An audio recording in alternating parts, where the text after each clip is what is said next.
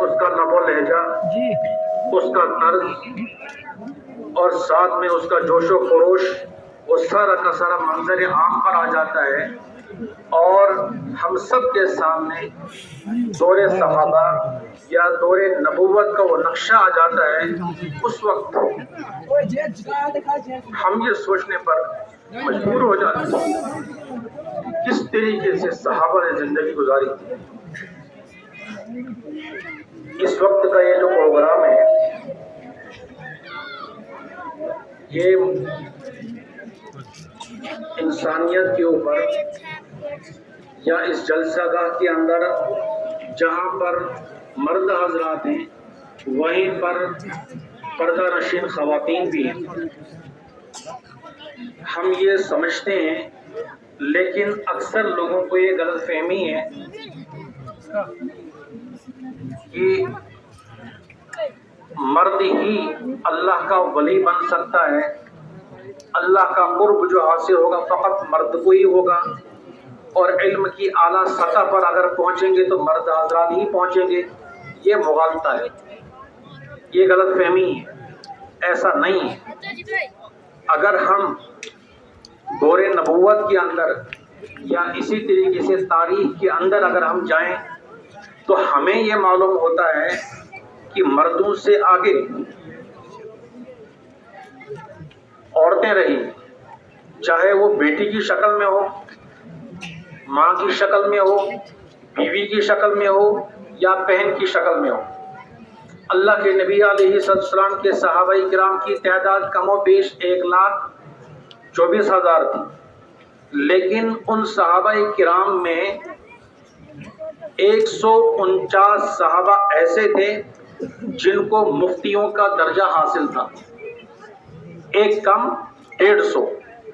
اتنے صحابہ میں سے فقط کتنے تھے جن کو تفقہ فی الدین مکمل حاصل تھا، جو فتویٰ دیا کرتے تھے؟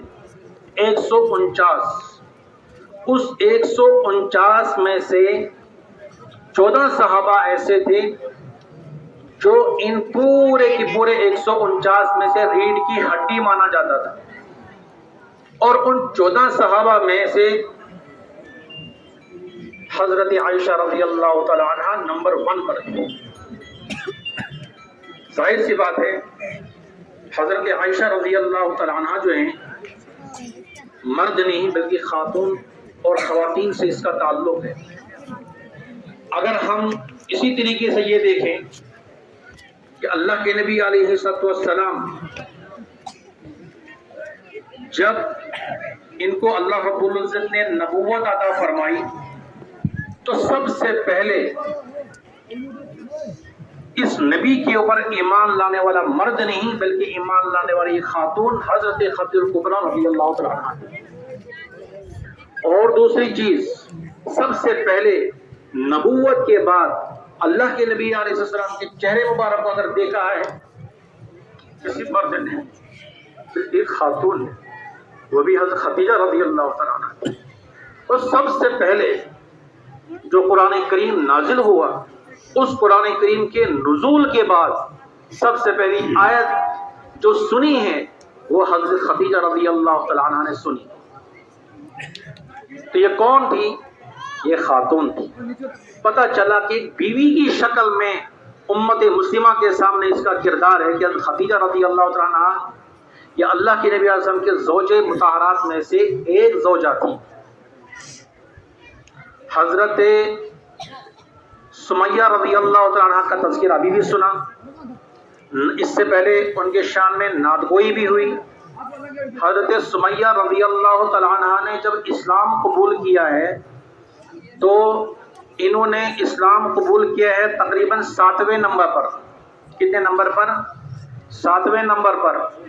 اور شروع میں جب اسلام قبول کیا جاتا تھا تو بہت سخت قسم کی تکالیف ان کو اٹھانی پڑتی تھی۔ اب ان کے اوپر مصیبتوں کے پہاڑ، لیکن یہ ڈٹی رہی۔ ڈرتے ڈرتے ابو جہل نے ان کے اوپر حملہ کیا، جس حملے کے نتیجے میں حضرت سمیہ رضی اللہ عنہ شہید ہو چکی، اور اسلام کے خاطر مکہ مکرمہ کے اندر سب سے پہلا جو خون بہا ہے وہ ایک خاتون حضرت سمیہ رضی اللہ تعالیٰ عنہ کا خون بہا ہے۔ حضرت اسماء رضی اللہ تعالیٰ عنہ حضرت بکر صدیق رضی اللہ تعالیٰ عنہ کی بیٹی تھی۔ جب اللہ کے نبی علیہ السلام نے حکم فرمایا حضرت ابوبکر صدیق رضی اللہ تعالیٰ عنہ کو کہ ہمیں ہجرت کا حکم دیا گیا ہے، لہذا تیاری کرو، تیاری کی۔ اس وقت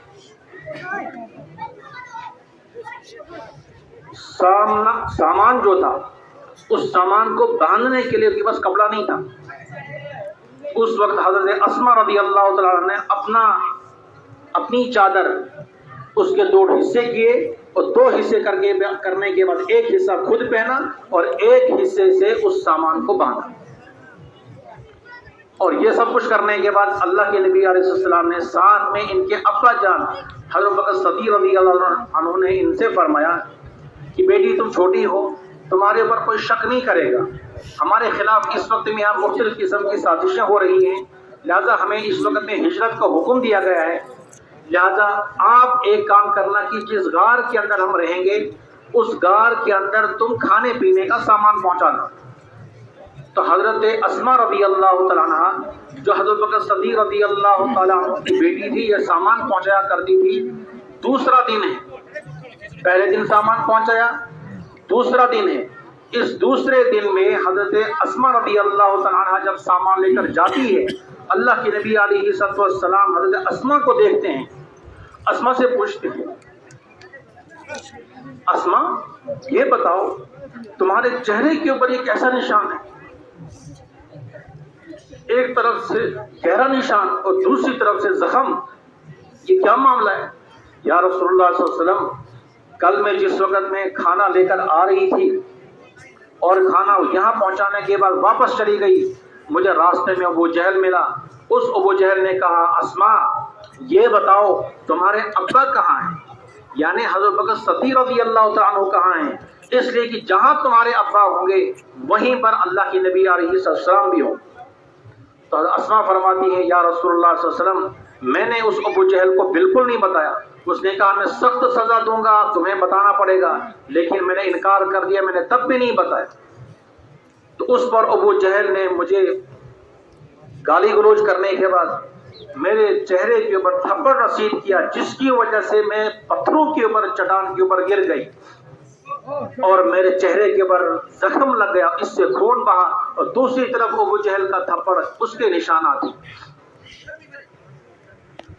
اللہ کے نبی علیہ السلام نے اس وقت فرمایا اسماء، اور ساتھ میں حضرت بکر صدیق رضی اللہ عنہ فرمایا، ان سے بھی فرمایا کہ اللہ میں ہر کسی کے احسان کا بدلہ یہاں پر ادا میں نے کر دیا ہے، لیکن ابو بکر صدیق رضی اللہ تعالیٰ عنہ کے احسان کا بدلہ میں چکا نہیں سکتا، اس لیے اللہ میری طرف سے آپ ان کے احسان کا بدلہ آپ دیتے ہیں۔ تو یہ کون تھی؟ یہ حضرت بکر صدیق رضی اللہ تعالیٰ عنہ کی بیٹی تھی۔ اس سفر ہجرت کی کامیابی کے اندر اس بیٹی کا بھی ہاتھ ہے۔ حضرت عمر رضی اللہ تعالیٰ عنہ نے جب اسلام قبول کیا، اس اسلام قبول کرنے کے اندر بھی ان کی اپنی بہن حضرت فاطمہ ان کا بھی ہاتھ ہے۔ دعا اللہ کے نبی علیہ السلام نے فرمائی اور پٹائی ان کے بہنوئی نے کھائی، اور اس طریقے سے خون بہن کا بہا، اور حضرت عمر رضی اللہ تعالیٰ عنہ کو ایمان کی ضرورت نصیب ہوئی۔ اس میں بھی اگر دیکھا جائے تو اس میں بھی عورت کا، یہ جو عورت ہے چاہے بہن کی شکل میں، بیٹی کی شکل میں، ماں کی شکل میں، بیوی کسی بھی شکل میں ہو، اللہ رب العزت نے تاریخ کے اندر بتلا کے رکھا ہے کہ تمہارا کیا مقام و مرتبہ ہے۔ اور اس سے پہلے حضرت مولانا نذیر صاحب دام برکاتہ العالیہ کی تفصیلی گفتگو اور مدلل گفتگو کے اندر آپ نے اچھی طریقے سے سنا کہ کس طریقے سے کیا رویہ عورتوں کے ساتھ کیا جاتا تھا اور بچوں کے ساتھ کیا کیا جاتا تھا۔ لیکن اللہ کے نبی علیہ السلام تشریف لائے، تشریف لانے کے بعد پھر اللہ کے نبی علیہ السلام نے عورتوں کے حقوق بیان فرمائے، اس کے بعد عورتوں کا اپنا حق ملنا شروع ہو گیا۔ اب عورتیں بھی سمجھتی تھی کہ ہاں ہمارا کیا مقام ہے، ہمارا کیا مرتبہ ہے، ہمیں کس حساب سے دنیا کے اندر زندگی گزارنی تھی اور گزارتے تھے۔ حضرت زنیرہ رضی اللہ تعالیٰ عنہ صحابیہ ہیں، اس کو بھی جب اس نے بھی اسلام قبول کیا، اس نے اسلام قبول کرنے کے بعد اس کو بھی سخت سے سخت تکلیفیں، اتنی تکلیفیں اسی ابو جہل نے، اس تکلیفوں کی وجہ سے حضرت زنیرہ رضی اللہ تعالی عنہ جو ہیں ان کی بینائی چلی، آنکھوں کی روشنی ختم ہو گئی۔ لوگوں نے تانے دینے شروع کیے، تمہیں پتہ ہے تمہاری بینائی کیوں چلی گئی؟ اس وجہ سے کیونکہ تم نے لات اور عزا یعنی اس وقت جو بت ہوا کرتے تھے ان کی تم نے نہیں مانی، ان کے سامنے تم پوجا نہیں کرتے ہو، ان کو چھوڑ دیا تم نے اور کوئی دوسرا مذہب تم نے قبول کیا ہے، اس وجہ سے تم کو لات اور عزا نے، وہ بت تھے دو، ان دونوں نے تمہاری روشنی چھین لی۔ فوراً حضرت زنیرہ رضی اللہ عنہ کمرے میں جاتی ہے، مصلی بچھاتی ہے، 2 رکعت نماز پڑھتی ہے اور اللہ کے سامنے ہاتھ پھیلاتی ہے، دبر پھیلاتی ہے، یا اللہ اس وقت مجھے یہ تانا دیا جا رہا ہے صرف آپ کے دین قبول کرنے کی خاطر، یا اللہ میری آنکھوں کی بینائی کو واپس فرما دے۔ دعا ختم ہو گئی، دروازہ کھولتی ہے، اللہ رب العزت نے بینائی واپس کر دی۔ اس قسم کی عورتیں ہوا کرتی۔ معین چشتی رحمۃ اللہ علیہ جب لاکھوں لوگوں نے کلمہ بھی پڑھ لیا اور ساتھ میں بہت سارے لوگوں نے توبہ بھی کر لی تو بہت خوش، تو والدہ نے پوچھا خوش کیوں ہو؟ کہا خوش کیوں نہ ہو، اس لیے کہ اتنے لاکھ لوگوں نے میرے ہاتھ پر بیعت کی، بہت سارے لوگوں نے اسلام قبول کیا، اس لیے میں خوش ہوں۔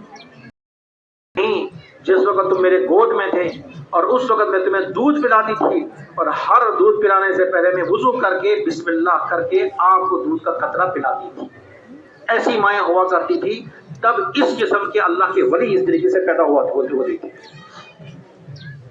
تو اگر ہمیں یہ دیکھنا ہے ہمارا سب سے زیادہ خیر خواہ اس دنیا کے اندر کون ہے، سب سے زیادہ خیر خواہ، اس میں نمبر 1 پر اللہ رب العزت کی ذات اور دوسرے نمبر پر اللہ کے نبی علیہ السلام کی ذات آتی ہے۔ نمبر 1 پر اللہ رب العزت، نمبر 2 پر اللہ کے نبی علیہ السلام۔ سب سے زیادہ خیر خواہ یہ 2 ہیں، صرف مسلمانوں کے نہیں پوری انسانیت کے سب سے زیادہ خیر خواہ۔ انسان جس وقت میں یہ جو انسان کی آنکھیں ہیں، حضرت مولانا نذیر صاحب برکاتہ عالیہ نے آپ کے سامنے قرآن کریم کی آیت وَإِن تَعُدُّوا نِعْمَةَ اللَّهِ لَا تُحْصُوهَا، اللہ کی نعمتوں کو اگر تم شمار کرنا چاہو گے تو تم شمار نہیں کر سکتے۔ اللہ جل جلالہ وعم نوالہ نے ہمیں 2 آنکھیں عطا فرمائی اور ان 2 آنکھوں میں اوپر سے یہ پردے بھی رکھے۔ ہمارے پاس لیپ ٹاپ ہوتا ہے نا، لیپ ٹاپ کی اسکرین اگر اس طریقے سے کمرے میں ہی کھلی ہوئی ہو اور کمرہ بند ہو، 2 دن کے بعد 3 دن کے بعد کمرے کے اندر ہم جائیں گے، اس کے باوجود بھی ہم کو لیپ ٹاپ کی اسکرین صاف کرنی پڑتی ہے۔ موبائل اگر جیب میں ہے اس کو باہر نکالنے کے باوجود بھی اس کی اسکرین کو صاف کرنا پڑتا ہے۔ لیکن اگر ہم یہ دیکھیں رب العزت نے ہمیں آنکھ عطا فرمائی ہے اور ہم صبح سے شام تک اس آنکھ سے دیکھتے ہیں، گرد و غبار اڑتا پھرتا ہے وہ بھی آنکھوں میں جاتا ہے، چلتے پھرتے ہیں دل میں بھی مستقل صبح سے شام گرد و غبار آنکھ میں چلا جاتا ہے۔ اللہ رب العزت نے آٹومیٹکلی یہ نظام بنایا ہے کہ انسان کی آنکھوں کی صفائی آٹومیٹکلی ہو جاتی ہے۔ وہ کیسے؟ یہ وائپر چلتے رہتے ہیں ایسے، اگر انسان ارادہ نہ بھی کرے تب بھی یہ وائپر چلیں گے، اگر اس نے ارادہ کر کے بھی اس کو روکنا شروع کر دیا، روکنا چاہا تو نہیں روک سکتے۔ اللہ کا نظام۔ اب سوچنے کی بات ہے، ظاہر سی بات ہے، گاڑی ہوتی ہے نا، گاڑی، اس گاڑی کے ساتھ جو شیشہ ہوتا ہے اس شیشے پر اگر ریت وغیرہ یہ ذرات پڑے ہوئے ہوں اور ہم وائپر چلا دیں لیکن پانی اس میں نہ ہو تو وائپر چلانے سے شیشے کے اوپر خراش آ جائیں گے یا نہیں؟ خراش آ جاتی ہیں۔ تو اللہ رب العزت نے اس آنکھ کے اندر ایسا نظام رکھا ہے کہ اس آنکھ کے بالکل کنارے پر چھوٹا سا نقطہ ہے، وہاں سے پانی چلتا رہتا ہے اور وہ پانی آنکھ کے اندر پھیل جاتا ہے اور وائپر چلتا رہتا ہے تاکہ اس کی آنکھ بھی خراب نہ ہو اور آنکھ بھی صاف ہو جائے۔ یہ اللہ رب العزت کا نظام۔ اللہ جل جلالہ وعم نوالہ نے ہمیں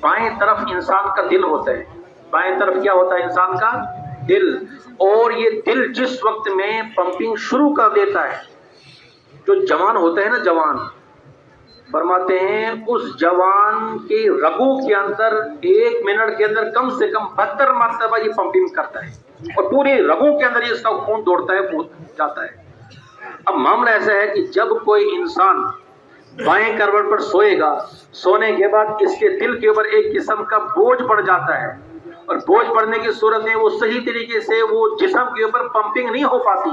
کبھی کبھی معاملہ ایسا ہوتا ہے کہ جسم بھاری ہوتا ہے، کھانا زیادہ کھایا ہے، اور رات کو انسان سویا بائیں کروٹ پر، بائیں کروٹ سونے کے بعد گہری نیند ہے، گہری نیند کے اندر انسان دیکھتا ہے کچھ بھی دیکھا، صبح کہتے ہیں میں نے خواب دیکھا، لیکن میں چلا رہا تھا یا چلا رہی تھی ہوتے ہوتے، لیکن میری کوئی سن نہیں رہا تھا، اچانک پھر میری آنکھ کھل جاتی۔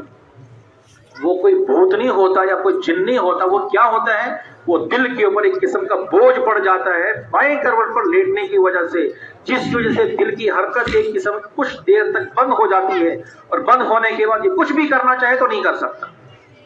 لیکن جب اس کے اندر پریشر بن جاتا ہے، ایک دم جب وہ پریشر کھل جاتا ہے، اس کی آنکھ کھل جاتی ہے، یہ سوچتا ہے مجھے جنات آیا، جنات نہیں بلکہ اللہ کے نبی صلی اللہ علیہ وسلم کی سنت کے خلاف تو سویا ہے۔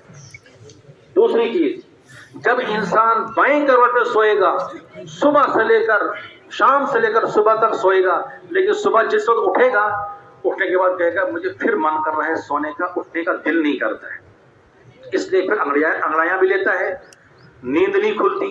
کیوں؟ اس لیے کہ اس کی نیند پوری نہیں ہوتی ہے۔ وجہ اس کی یہی بنی ہے کہ دائیں کروٹ پر سونے سے انسان کے تمام قدم اعضاء کو سکون نہیں ملتا، راحت نہیں ملتی ہے، جس وجہ سے تمام بدن کے اجزاء کو آرام نہیں ہوتا، تو کہاں سے اس دن بھر کام کرے۔ تو اللہ کے رسول نے فرمایا کہ دائیں کروٹ پہ سویا کرو تاکہ تمہاری نیند بھی پوری ہو جائے اور اس طریقے سے تمہارا جسم کا نظام بھی صحیح ہو جائے۔ اگر یہاں سے مختصر عرض کرتا ہوں، یہاں سے اگر ہم دیکھیں گے، اس سے پتہ چلتا ہے کہ انسان کا سب سے زیادہ خیر خواہ نمبر 1 پر کون ہے؟ اللہ رب العزت کی ذات۔ نمبر 2 پر کون؟ اللہ کے نبی صلی اللہ علیہ وسلم کی ذات۔ ظاہر سی بات ہے جو سب سے زیادہ خیر خواہ ہو، اب جب وہ کوئی بات بتائیں تو اس کے اوپر ہمیں عمل کرنا چاہیے یا نہیں کرنا چاہیے؟ تو اللہ رب العزت نے فرمایا من عمل صالحا من ذکر او انثى وهو مؤمن، جو بھی کوئی نیک کام کرے گا، چاہے مرد ہو یا عورت، چھوٹی بچی ہو چھوٹا بچہ ہو، بوڑھا مرد ہو بوڑھی عورت ہو، فنحینہ حیاتا طیبہ، ہم اس کی زندگی کو اس دنیا کے اندر اچھا بنا دیتے ہیں۔ کیا کر دیتے ہیں؟ اچھا بنا دیتے ہیں، مال پیسہ یہ نہیں۔ آخری بات ہے، حضرت عمر بن عبدالعزیز رحمۃ اللہ علیہ، یہ جب بچے تھے نا، جیسے حضرت نے ابھی تھوڑی دیر پہلے بیان فرمایا کہ بچوں کی تربیت کرنی چاہیے، حضرت عمر بن عبدالعزیز رحمۃ اللہ علیہ، ان کو خلیفہ خامس یعنی عمر ثانی بھی کہا جاتا ہے۔ یہ جب بچے تھے اور مدرسے کے اندر پڑھتے تھے، ایک مرتبہ دیکھا کہ استاد نے کہ تمام بچے پہنچ گئے ہیں، سب نے نماز کے اندر شرکت کر لی ہے، لیکن عمر بن عبدالعزیز جو بچہ ہے وہ نظر نہیں آ رہا۔ تھوڑی دیر کے بعد وہ آیا، آنے کے بعد جب نماز ختم ہو گئی تو ایک رکعت اس کی چھوٹ گئی تھی۔ تو استاد نے پوچھا بیٹا کیا بات ہے، تمہاری آج ایک رکعت کیوں چھوٹی؟ تو عمر بن عبدالعزیز رحمۃ اللہ علیہ انہوں نے فرمایا حضرت اس وجہ سے چھوٹی کہ میں وضو کر رہا تھا، وضو کرنے کے بعد مجھے اپنے بالوں کے اوپر نظر پڑی تو میں اپنے بال ٹھیک کر رہا تھا، بالوں کو سنوار رہا تھا، اس وجہ سے مجھے دیر لگ گئی۔ اسی وقت ان کے استاد نے مصر میں ان کے والد صاحب تھے، ان کو خط لکھا، انہوں نے وہاں سے ایک بندہ بھیجا، ایک شخص کو بھیجا کہ جا کر میری بیٹی کی اصلاح کرو۔ وہ پہنچتے ہیں ان کے پاس مدینہ منورہ، وہاں پر پہنچنے کے بعد سب سے پہلے عمر بن عبدالعزیز رحمۃ اللہ کو بلایا، بلانے کے بعد ٹوپی نیچے اتاری، سارے کے سارے بال کاٹ دیے، کاٹنے کے بعد پھر فرمایا کہ تم نے کیا کیا تھا۔ لیکن یہی عمر بن عبدالعزیز ایسی تربیت، جیسے غلطی فوراً کو، جس وقت یہی بڑے ہو گئے، بڑے ہونے کے بعد خلافت ملی اور جس وقت ان کے انتقال کا وقت بالکل قریب ہوا تھا، اس سے پہلے کا معاملہ ہے، انہوں نے اپنی بیٹی کو بلایا، 2-3 آوازیں دی لیکن بیٹی نہیں آئی، تو فوراً ان کی اہلیہ محترم آ گئی، تو انہوں نے پوچھا حضرت آپ نے بیٹی کو بلایا تھا، آپ مجھے بتائیں کیا مسئلہ ہے، کیا حکم ہے، میں پورا کر دیتی ہوں۔ کہا میں نے بیٹی کو بلایا تھا، بیٹی کیوں نہیں آ رہی؟ کہا بیٹی اس وجہ سے نہیں آ رہی ہے کیونکہ اس کے جسم کے اوپر جو کپڑا ہے وہ بوسیدہ ہو چکا ہے، وہ پرانا ہو چکا ہے، اب کسی بھی وقت میں کہیں بھی سے بھی پھٹ جاتا ہے۔ تو اس وقت میں اس کا کپڑا جسم کے وجہ سے پھٹ گیا ہے، وہ فلانی کمرے میں رہ کر اندر سے بند کر کے اپنے کپڑے کو سی رہی ہے، اس وجہ سے کہ اس کے پاس کوئی دوسرا کپڑا موجود نہیں ہے۔ یہ عمر بن عبدالعزیز رحمۃ اللہ علیہ خلیفہ تھے، خلیفہ، لیکن بیٹی کی یہ حالت ہے۔ ان کے بیٹے تھے 11، کتنے بیٹے؟ 11 بیٹے تھے۔ جب انتقال ہوا تو رشتہ دار آئے، انہوں نے کہا حضرت یہ کون سی خلافت ہے؟ آج جب بھی کوئی گورنر بنتا ہے، بادشاہ بنتا ہے، تو اپنی بچوں کے لیے، اپنی بیوی کے لیے پراپرٹی جمع کر لیتا ہے، اچھے خاصے پیسے، اچھا خاصا مال، زمین جائیداد سب کچھ خرید کے لاتے ہیں، تو ان کے بچوں کو کوئی تکلیف ہوتی ہی نہیں۔ لیکن آپ نے اپنے بچوں کے لیے کیا کیا ہے؟ تو خوب یہ سب کچھ کرنے کے بعد عمر بن عبداللہ نے فرمایا کہ میرے جو بچے ہیں یعنی 11 بیٹے، میں نے ان کی اچھی تربیت کی ہے، اچھی تربیت کرنے کے بعد میں نے ان کو اللہ کے حوالے کر دیا ہے، اور اللہ رب العزت کا فرمان ہے ان ولی اللہ الذی نزل الکتاب وہو یتولی الصالحین، یعنی اللہ رب العزت جو نیک ہوتے ہیں، نیک بندے، ان نیکوں کے سرپرست اور ان کے رہنما، ان کے رہبر ہوتے ہیں، ان کے دوست ہوتے ہیں۔ لہذا میرے بچوں کے دوست تو اللہ ہیں، اللہ رب العزت جانے میرے بچے، میں نے اپنی طرف سے اچھی تربیت کی۔ اتنی بات کہی، اور اس کے بعد حضرت عمر بن عبداللہ رحمۃ اللہ علیہ جو ہے انتقال فرمانے کے بعد اس وقت جو بادشاہ تھا، اب اس کو ضرورت پڑی کہ اس پورے کے پورے ملک کے نظام کو چلانے کے لیے اچھا انسان ہونا چاہیے، عادل ہونا چاہیے، باوقار ہونا چاہیے، امانت دار کون ہے؟ تلاش کرتے کرتے کہیں نہیں معلوم ہوا کہ عمر بن عبدالعزیز رحمۃ اللہ علیہ کا بڑا والا بیٹا جو ہے وہ اس کے قابل ہے۔ بلایا اس کو بلانے کے بعد کہا کہ تم اس طریقے سے فلاں ملک کی گورنری تم سنبھالنا شروع کیا۔ وہاں کے لوگوں کی کارگزاری پہنچی بادشاہ کے پاس، یہ بہت اچھا ہے، کہا ایسے اچھے انسان اور بھی لاؤ۔ اس نے کہا میرا چھوٹا بھائی ہے، پھر اس کو بھی گورنر بنا دیا۔ کہا اس سے پوچھا تم بھی اچھا انسان لاؤ۔ اس طریقے سے کرتے کرتے ایک ہی وقت میں عمر بن عبدالعزیز رحمۃ اللہ علیہ کے 11 بیٹے 11 ملکوں کے گورنر تھے۔ یہ تربیت کی تھی جس تربیت کے نتیجے میں اللہ رب العزت نے ان کی اس محنت کو ضائع نہیں فرمایا۔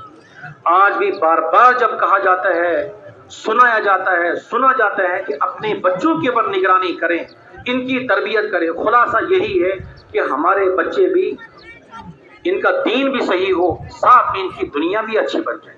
اللہ رب العزت ان منتشر باتوں پر عمل کی توفیق نصیب فرمائے۔ میرے پاس ابھی 2 منٹ ہیں، ان 2 منٹ میں آخری بات عرض کرتا ہوں۔ ابھی اصل میں لوگ آپ حضرات بہت دور دور سے آئے ہیں، صبح سے آپ بات سن رہے ہیں، تفصیلاً مدلل مفصل آپ کے سامنے حضرت کی بات آ چکی ہے۔ آخری بات عرض کرتا ہوں۔ قرآن کریم کے اندر اللہ رب العزت نے ارشاد فرمایا تلک حدود اللہ، قرآن کریم کی ایک لمبی آیت ہے، اس لمبی آیت کے بعد فرمایا تلک حدود اللہ۔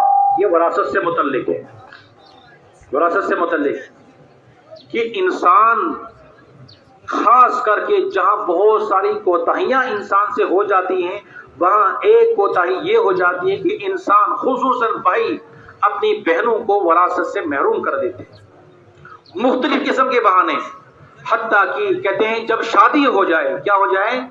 شادی جس وقت ہوتی ہے نا، شادی میاں بیوی کی، اس وقت میں عجیب قسم کا معاملہ ہمارے نکاح رجسٹر پر لکھا ہوا ہوتا ہے، کتنا مہر معاف کرنا ہے، اس کے سامنے جگہ خالی ہوتی ہے کہ عورت بتائے، بیوی بتائے کہ کتنا مہر مجھے معاف کرنا ہے۔ بالکل ناجائز ہے، ناجائز۔ کیوں؟ اس وجہ سے اگر عورت اس وقت معاف بھی کرے گی وہ تب بھی معاف نہیں ہوتا، اچھی طریقے سے ذہن میں، اگر وہ اس وقت معاف بھی کر دے تب بھی معاف نہیں ہوتا۔ جس طریقے سے فرعون کا اسلام قبول کرنا اس وقت قابل قبول نہیں ہے، جس وقت وہ سمندر کے اندر غوطہ کھا رہا تھا اس وقت قابل قبول نہیں ہے، اس لیے کہ اب تو جان نکلی جا رہی ہے، اب قابل قبول اسلام نہیں۔ اسی طریقے سے اس جگہ پر جو عورت ہے، نئی شادی ہوئی ہے اور نئی شادی کے بعد عجیب قسم کی امنگیں ہوتی ہیں، پیار محبت، اس پیار محبت کے نتیجے میں بیوی کہہ دیتی ہے کہ میں اپنا مہر معاف کر دوں، اس لیے کہ ایک ہی جیب میں جائے گا، اس جیب میں برابر ہی ہے، نہیں، غلط ہے، بلکہ کام یہ کرنا ہے جتنا مہر ہے طے ہوا ہے وہ سارا کا سارا مہر بیوی کے حوالے کر دو. حوالے کرنے کے بعد اگر اس کو معاف کرنا ہی ہوگا 1 سال کے بعد پھر بیوی کہے کہ ہاں میں نے معاف کیا، تب دیکھیں گے بیوی کے بعد جب پیسہ پہنچ جائے گا نا 1 سال تک رہے گا، پھر پتہ چلے گا بیوی کو کہ اس کی قدر کیا ہوتی ہے، معاف کرنا چاہیے یا نہیں کرنا چاہیے. تو اس طریقے سے معاف نہیں ہوتا. اسی طریقے سے یہ جو وراثت ہے، وراثت جو حق ہوتا ہے، عورتوں کا حق، بہن کا حق، بیوی کا حق، بیٹی کا حق، اس وراثت سے بھی ہم ان کو والدین بھی اور بھائی بھی خصوصاً بہنوں کو اس کو محروم کر دیتے ہیں.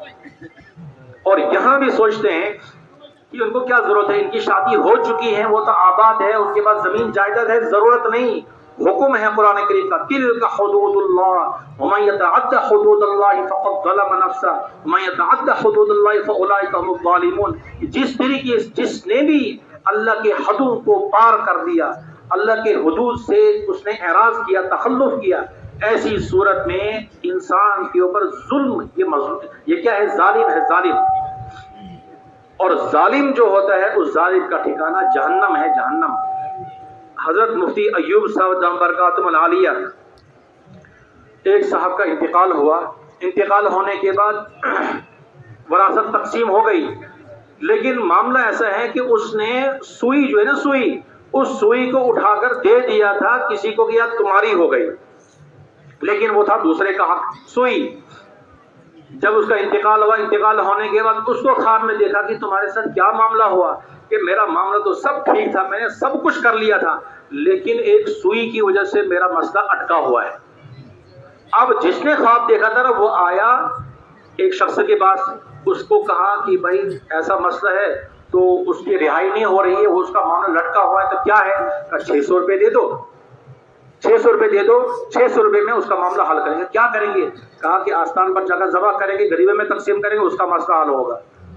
کر دیا ایسے، ان کے ورثاء نے دے دیے 600 روپے، اور اس طریقے سے کر کے تو کر دیا تقسیم.